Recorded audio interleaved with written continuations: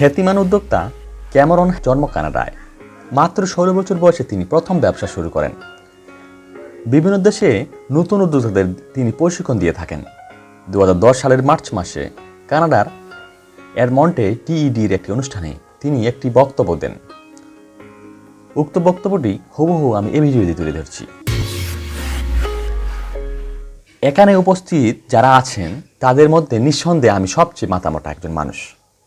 কারণ আমি ভালোভাবে স্কুলে পাস করতে পারিনি, কিন্তু ছোটবেলায় বুঝতে পেরেছিলাম যে আমি একজন ভালো ব্যবসায়ী হতে পারি, আমি একজন উদ্যোক্তা হতে চাই। ছোটবেলায় আমাদের অজস্র স্বপ্ন থাকে, শখ থাকে, জীবনে অনেক কিছু করার প্রবল ইচ্ছা থাকে। আর যখন আমরা বড় হয়ে যাই আস্তে আস্তে সেসব স্বপ্ন মিলিয়ে যায়। আমাদের শুধু বলা হয় পড়াশোনা করতে হবে, প্রাইভেট শিক্ষকের কাছে যেতে হবে। আমার বাবা মা একজন শিক্ষক রেখেছিলেন আমাকে বাসায় এসে ফরাসি পড়ানোর জন্য, কিন্তু কোনো কাজই হয়নি। 2 বছর আগে আমি MITর ব্যবসায় উদ্যোগ বিষয়ক মাস্টার্স প্রোগ্রামে আমি সেরা প্রভাষক হিসাবে নির্বাচিত হই। সেখানে আমাকে সারা পৃথিবী থেকে আসা উদ্যোক্তাদের সামনে বক্তব্য দিতে হয়। মজার ব্যাপার হলো, আমি যখন 2য় শ্রেণীতে পড়ি তখনই শহরের একটা বক্তব্য প্রতিযোগিতায় আমি প্রথম পুরস্কার লাভ করি। কিন্তু তখন কেউ আমাকে এতটুকু উৎসাহ দিয়ে বলেনি, এই ছেলে তো দারুণ কথা বলতে পারে।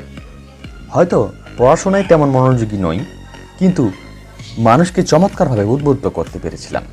কেউ আমাকে একবারও বা আমার বাবা মাকে বলেনি যে ওকে বক্তৃতা শেখার জন্য একজন শিক্ষক দাও। সবাই বলেছে যেসব বিষয় পরীক্ষায় খারাপ করেছে সেগুলো পড়তে পাঠাও। তাই শিশুদের শুধু চিকিৎসক বা প্রকৌশলী বানানোর চেষ্টা না করে উদ্যোক্তা হওয়ার সুযোগ দিতে হবে। এটা খুবই দুঃখজনক যে আমাদের স্কুল কলেজগুলোতে সবাইকে এটাই বোঝায় যে চিকিৎসক হতে হবে কিংবা প্রকৌশলী হতে হবে। এতে আমরা অনেকেই সম্ভাবনাময় উদ্যোক্তাকে নিজেদের অজান্তে হারিয়ে ফেলছি। এমন অনেক হয়তো এই কক্ষের মধ্যে আছেন যাদের কোনো কিছুই করার তীব্র ইচ্ছা আছে, দারুণ অনেক পরিকল্পনা আছে। আমরা তাদের স্বপ্ন পূরণে সাহায্য করতে পারি। একটি প্রাচীন প্রবাদ আছে, তুমি যদি কাউকে মাছ ধরতে দাও তাহলে তুমি তার একদিনের খাবার ব্যবস্থা করলে, কিন্তু তুমি যদি কাউকে মাছ ধরতে শেখাও তুমি তার সারা জীবনের খাবারের ব্যবস্থা নিশ্চিত করলে। আমাদের উচিত শিশুদের হাতে মাছ তুলে না দিয়ে তাদের মাছ ধরতে শেখানো।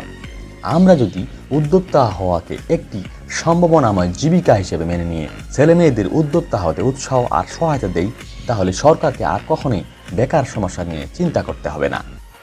আমরা সারা দিন বসে বসে শিশুদের জ্ঞান দেই কি করা উচিত নয়, কাউকে মেরো না, কামড় দিও না, তর্ক করো না, এমন আরো শত শত বিধিনিষেধ দিয়ে দেই। আমরা তাদের বলি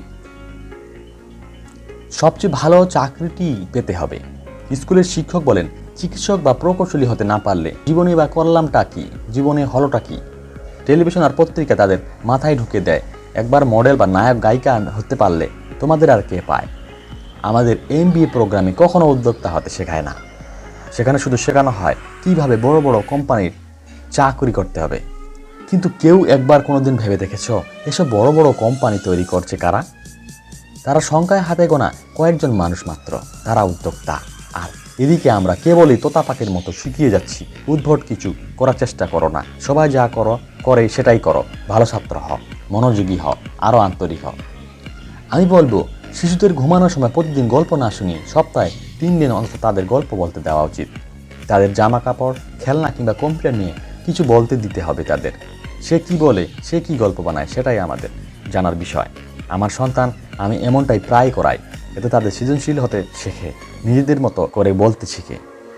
তাই শিশুদের কথা বলতে দিন, যা কিছু নিয়ে হোক না কেন। উদ্যোক্তা হলে এসব দক্ষতা খুবই প্রয়োজন।